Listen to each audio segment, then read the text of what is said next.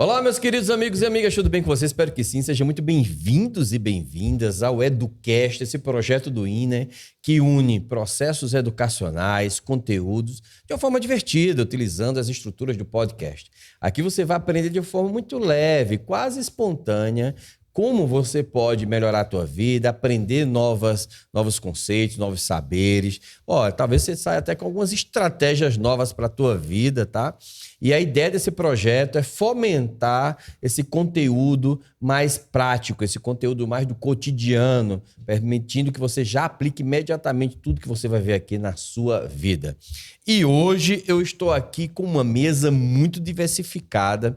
A gente vai falar sobre muita coisa, né? E, claro, a gente vai tentar trazer para vocês e entrelaçar esses conteúdos. A gente vai falar um pouco sobre marketing de posicionamento. Nós vamos entender como você pode ter presença no Instagram, mas ter uma presença estratégica com Poliana Carla, que é uma especialista em marketing. Nós vamos também aprender um pouco mais como mediações de conflitos na área de advocacia, como você pode, a partir de uma comunicação empática e da negociação entre as partes, você entender que os conflitos, quando eles são resolvidos dentro de outra esfera, deixa muito pode evitar que aumente as filas de processo dentro dos julgamentos. A gente vai falar com isso com Denise Shipman, que é uma advogada especialista em mediações. E, claro, a gente não poderia deixar os pequenininhos de fora. Hoje a gente vai entender quais são as habilidades essenciais que hoje os nossos pequenos têm que desenvolver ainda quando estão na sua fase de crescimento, com a coaching de criança, Bárbara Romero. Pessoal, sejam muito bem-vindos aqui. Olha só como eu estou com uma mesa maravilhosa. Galera, é muito bom estar aqui com vocês hoje. E eu quero começar trazendo uma provocação para a Poliana. Poli, quero saber de você. As pessoas hoje estão sabendo como se posicionar no Instagram. A sensação que eu tenho é que a gente fica só jogando conteúdo, né? É aquela coisa. Nossa, eu tenho que fazer um vídeo. Aí faz um vídeo. Depois eu tenho que fazer uma publicação. Aí faz uma publicação. Tem que ter uma foto. Tem que fazer um stories. A história comendo. A história não sei onde. Tá faltando profissionalismo hoje dentro do posicionamento do Instagram? Com toda certeza. Quero agradecer de estar aqui com vocês hoje nesse podcast. Obrigada pelo convite, Ed. E falar sobre posicionamento no Instagram é a mesma coisa da pessoa abrir uma loja. O mundo virtual é muito semelhante ao mundo real. Não tem distinção no pensamento e no entendimento. Para você abrir uma loja física, você precisa de um espaço, você precisa de prateleira, você precisa de produto, você precisa de mercadoria, precisa de vendedor, precisa de uma marca, precisa de uma ambiência, até mesmo aquele cheiro que só tem na sua loja. E aí, quando vamos para o Instagram, existe essa barreira natural de como reunir todos esses elementos para que a pessoa entenda que ali há um negócio nascendo.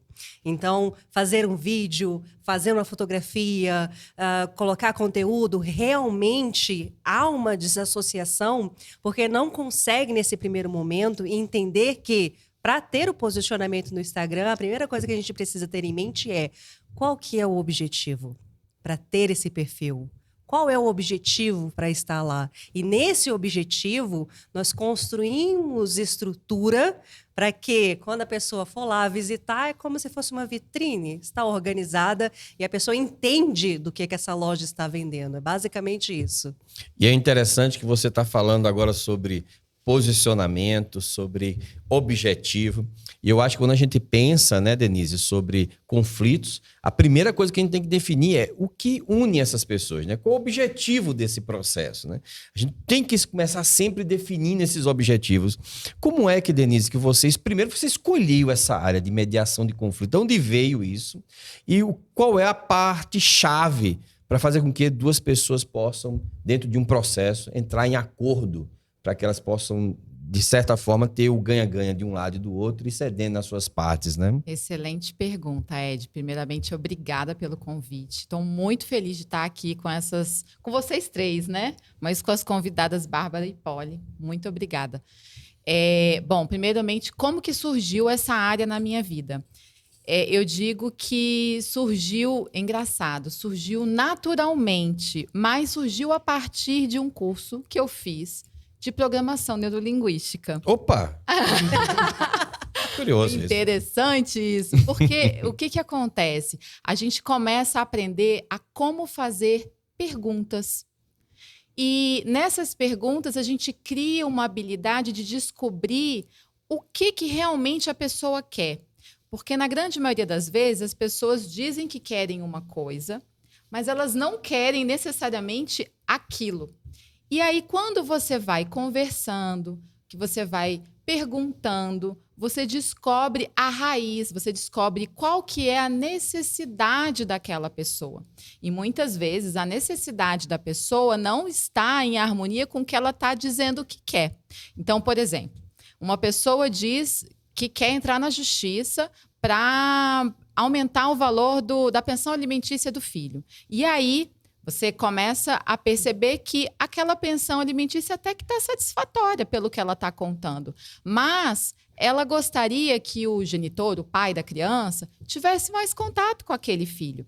E aí a gente percebe que o que faria uma real diferença é a presença física do pai na relação com a criança e não o dinheiro. O dinheiro talvez atacaria aquela pessoa, seria assim uma reação para que colocasse a pessoa numa situação de conflito, né? E aí, fazendo essas perguntas, a gente consegue chegar exatamente na necessidade. E aí, como que a gente leva isso para um casal ou para qualquer tipo de pessoa? Porque a gente está falando aqui de relacionamento. Relacionamento acontece tanto na vida amorosa, em casamentos que já foram desfeitos, irmãos, sócios. A gente descobre qual que é a intenção. A gente foca a conversa na intenção. Então, por exemplo, nós temos 2 sócios. Uma empresa, os sócios estão brigados. E a gente começa aquela conversa dizendo qual que é a nossa intenção com aquela conversa, com aquela com a comunicação entre as partes, né? E a gente vai buscando, sim, a história, o que aconteceu, mas qual que foi o objetivo quando as duas pessoas se juntaram para fazer aquela sociedade? Muitas vezes, essa comunicação, né, que aconteceu há anos atrás, quando as pessoas criaram aquela sociedade, uma sociedade comercial, por exemplo, ela foi se perdendo, o objetivo foi se perdendo ao longo do tempo. E o que aconteceu para chegar nesse ponto? O que a gente poderia fazer para voltar àquela comunicação de anos atrás? Veja bem, a gente está falando de sócios, de uma sociedade, de uma empresa, mas isso pode acontecer também no relacionamento. Sim. Né? Então, através dessas perguntas, a gente chega no objetivo que a gente quer, que é, muitas vezes, criar um futuro funcional, um futuro que funcione. Né? Então, isso acontece num relacionamento marido e mulher, por exemplo, que muitas vezes o casal chega querendo se separar, mas eles se amam. Gente, eu sou advogada de família, mas necessariamente eu vou desfazer um casamento? Não. Né? Se eu percebo que aquilo ali não leva para um divórcio, eu vou encaminhar para um psicólogo de casal. Fantástico, né? Isso aí, Denise, porque isso cai muito dentro daquela ideia de que a gente tem que ter interesses comuns. E quando eu penso na mediação de interesses comuns, você sabe a primeira coisa que vem à mente? Interesses comuns entre pais e filhos. Porque hoje a negociação entre pais e filhos é a negociação que a gente tem mais dentro da nossa casa, né? O menino quer uma coisa, o pai quer outra. Aí o pai pede uma coisa pro guri, o guri não faz o que o pai quer. Aí, para contrariar o pai, faz outra coisa completamente diferente, né? Eu acho que muito desse processo de negociação, ele começa dentro da casa, né, Bárbara? Ele começa dentro de casa. Essa ideia de você ir trazendo os seus objetivos da família, os valores da família, e preparando essa criança para o futuro, mas ela entendendo que ela tem que começar dentro de casa a entender que nem sempre as coisas vão ser do jeito que ela quer.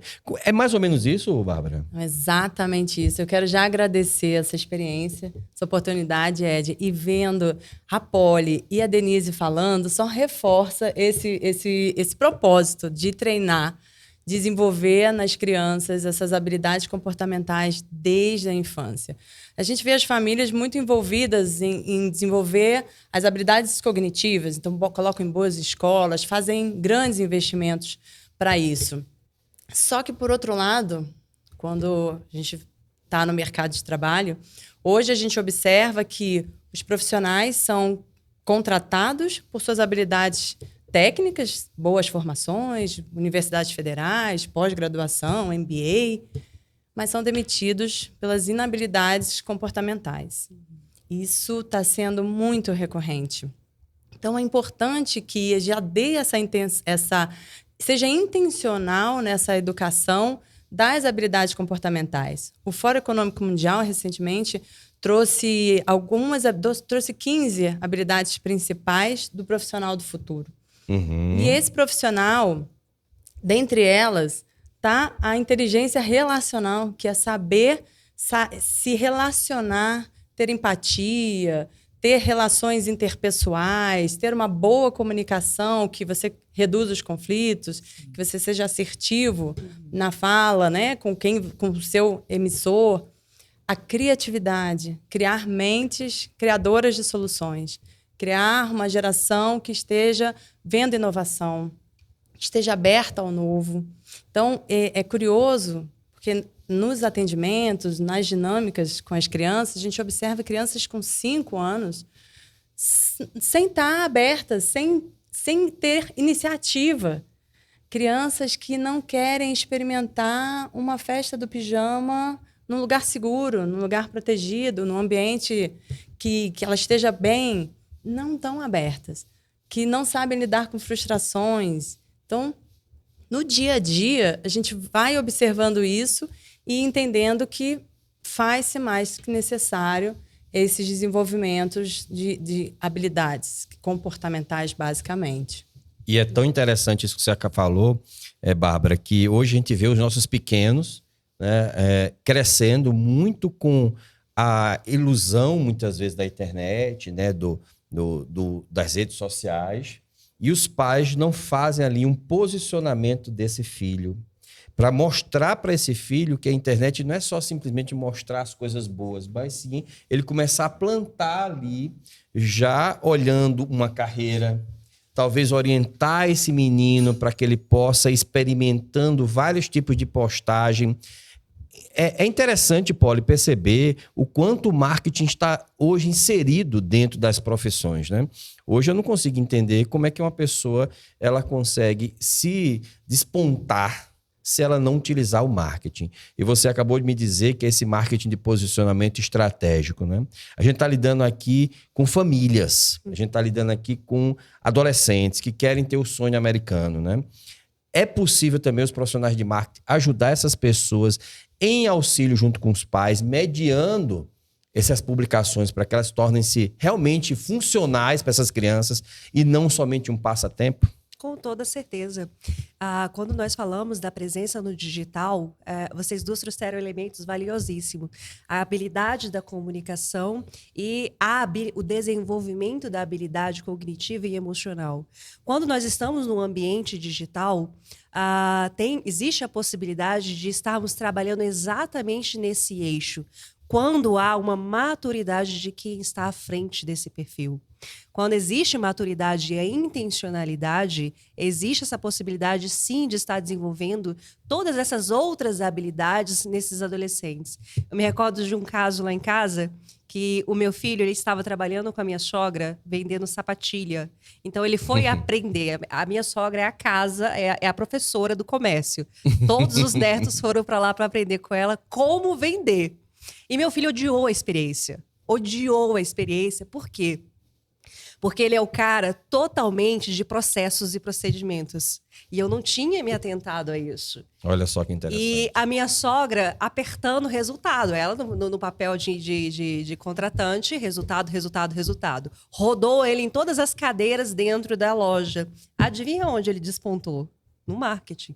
Olha Quando só. colocou para ele gerenciar o estoque, gerenciar o atendimento, gerenciar as demandas solicitantes, o negócio andou. E aí eu percebi nele que ali existia uma possibilidade de desenvolver. O que eu fiz? Vem cá, meu filho. Você vai sentar aqui comigo agora. Nós vamos aprender o marketing digital a partir do seu processo interno. Ele gosta muito de videogame. Então eu peguei o modelo que já está lá incutido nele, da questão virtual, e é uma habilidade difícil de ser implantada nos mais velhos, que é justamente essa realidade aumentada. A dificuldade de ter presença no Instagram é porque nós não conseguimos imaginar o imaginado, que já é nativo para essas crianças dentro dos videogames. Então, a partir daí, ele começou a criar processos, criar outros modelos, outras estruturas para atender uma demanda em alguns clientes sementes meu que eu estava colocando ele. E eu descobri que existe alguns perfis desses profissionais que estão amadurecidos de estar conversando com essa juventude, de que essa urgência exacerbada que muitos gurus estão tentando imprimir, não só nas crianças, nos adolescentes, mas também nós adultos, existe um freio. Peraí, não é tão rápido assim. Existe uma construção. E aí eu coloquei meu filho para assistir um desses canais, e ele está desenvolvendo cada vez mais a habilidade dele, já está falando até de robótica. Eu tenho um engenheiro muito bom para você conversar. Isso é muito interessante, porque quando a gente entende que essa relação do marketing, né, como sendo uma proposta de comunicar para a sociedade, comunicar nas nossas relações aquilo que desejamos, é uma ferramenta poderosa. Ao mesmo tempo, a gente percebe que quando eu começo a fazer uma falsa comunicação, quando eu começo a fazer uma falsa promessa, isso vai gerar um conflito. Total. Um conflito primeiro comigo mesmo e depois com as pessoas que eu me relaciono, né? Eu imagino que hoje a gente está com uma cabeça um pouco louca, porque a gente diz assim, cara, na minha casa a minha esposa é diferente daquela mulher maravilhosa, sorridente, que está o tempo todo no Instagram. E ela é maravilhosa, ela é incrível, né? Ela está sempre muito feliz, ela está sempre, né, em carros incríveis. E a mulher pensa assim, nossa, aquele cara que está no Instagram, ele tem um carro fantástico, ele tem uma vida incrível, ele é sempre sorridente, ele é sempre bem-humorado. Olha que casal lindo. E aí eu começo a fazer comparações dentro de casa, né, Denise? Eu começo a ter comparações nesse processo civil, e aí eu começo a enxergar que muitas vezes nessa negociação é uma falha de comparação, alinhar os critérios, né? Como é que você enxerga hoje o papel das redes sociais como uma forma muitas vezes de potencializar esses conflitos, né? E como você age para que essa mediação ocorra da forma mais alinhada possível para que elas possam alcançar o que elas querem? Porque eu acredito que os dois querem resolver, os dois querem ser felizes na maioria das vezes, né? E os dois não querem perder. Como é que você faz isso? Bom, primeiro, eu não faço milagres, né? Eu pensava que você fazia, Denise. Poxa vida. Poxa vida. Eu pensei que você fazia os milagres aí. Denise. Primeiro, a gente tem que ter o pé no chão, né? Eu digo que a pior técnica que existe é a técnica da comparação. A gente gasta muita energia se comparando, né? E isso acontece tanto na vida profissional como na vida de relacionamentos. Isso acontece comigo também. Eu tenho casais, amigos, né, próximos, que a gente olha pelo Instagram e a gente fala, nossa, que vida! E aí depois a gente fica sabendo, assim, das coisas íntimas, a gente fala, meu Deus, se separou, de repente, do nada, né? Então, assim, e às vezes a gente gasta muito tempo olhando a relação do outro e deixa de cuidar da nossa.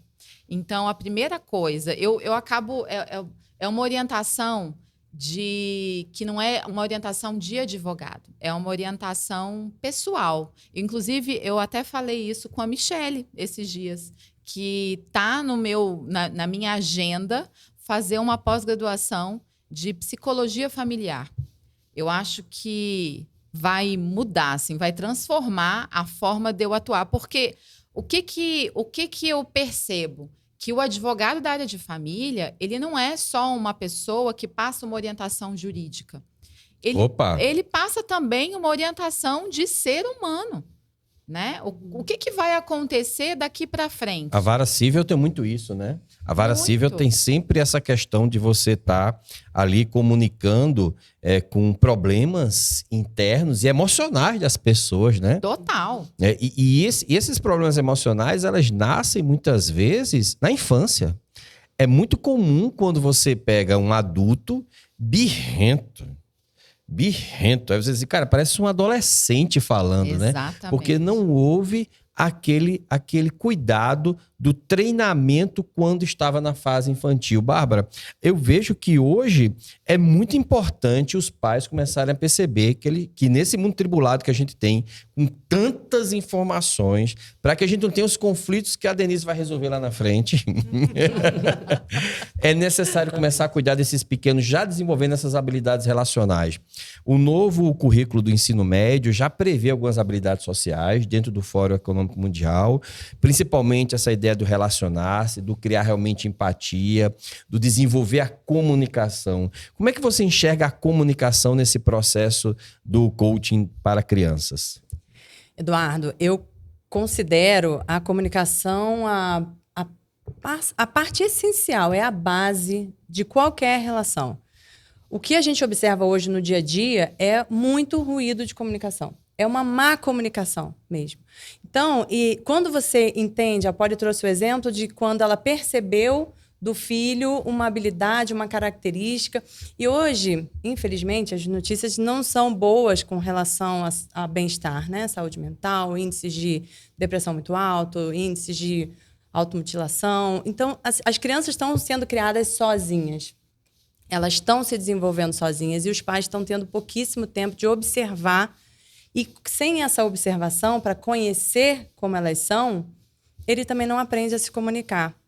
Então, quando a gente entende na metaprogramação que algumas pessoas são orientadas para buscar prazer e outras para fugir da dor, você ajusta a sua comunicação. Perfeito. Então, você falar para uma criança, bota o chinelo porque está muito frio, você não está dizendo nada para ela.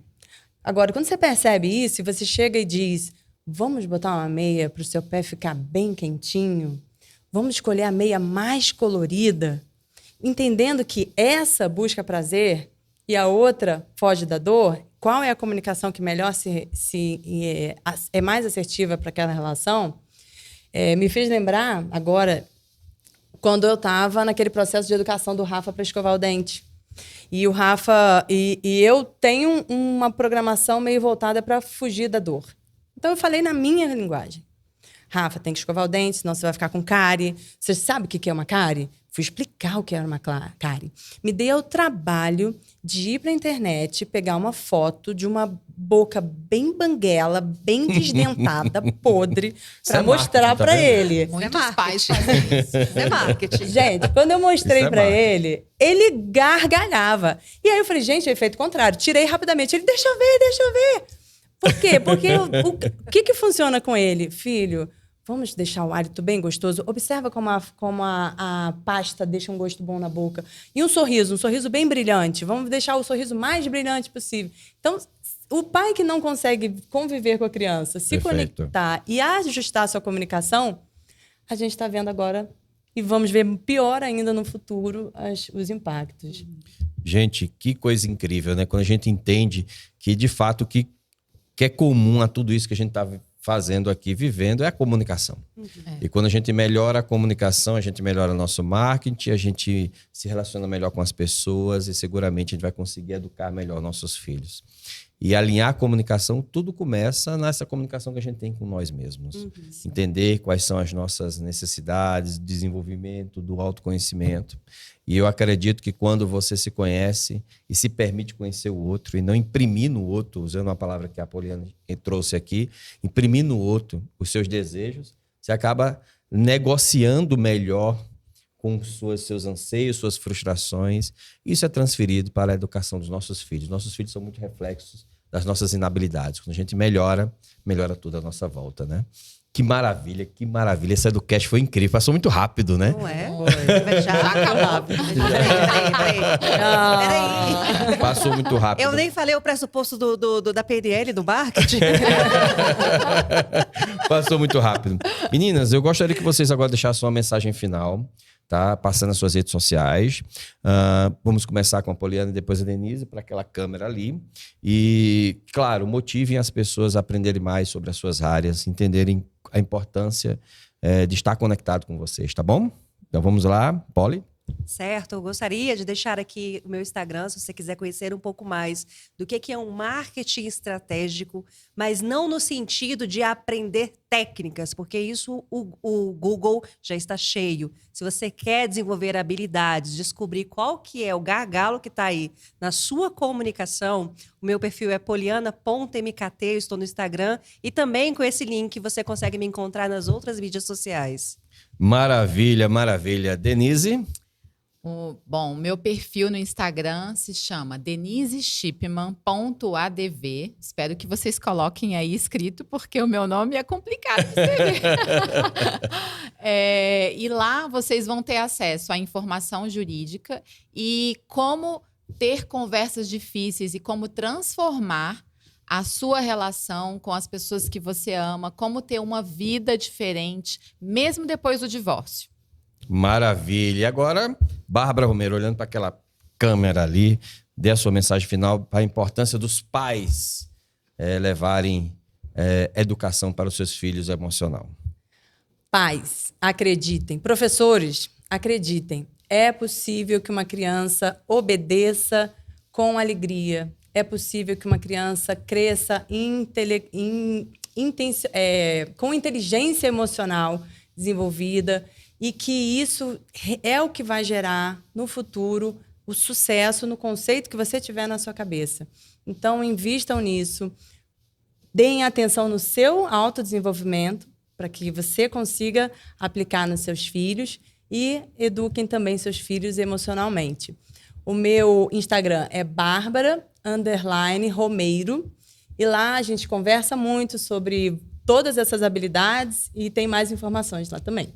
Maravilha, meninas. Foi maravilhoso estar aqui com vocês hoje para a gente falar mais sobre comunicação. E você que está curtindo esses podcasts, o EduCast, que tem uma proposta de desenvolver a educação de uma forma leve, divertida, descontraída, fazendo com que você aprenda sem perceber quase, hein? Você aprenda e entenda que a melhor educação está no dia a dia, no cotidiano. É quando a gente traz para a nossa vida aquilo que desejamos ser no outro, aplicado a nós mesmos. Essa é a função do podcast. Seja muito bem-vindo ao INE e até a próxima. Tchau, tchau.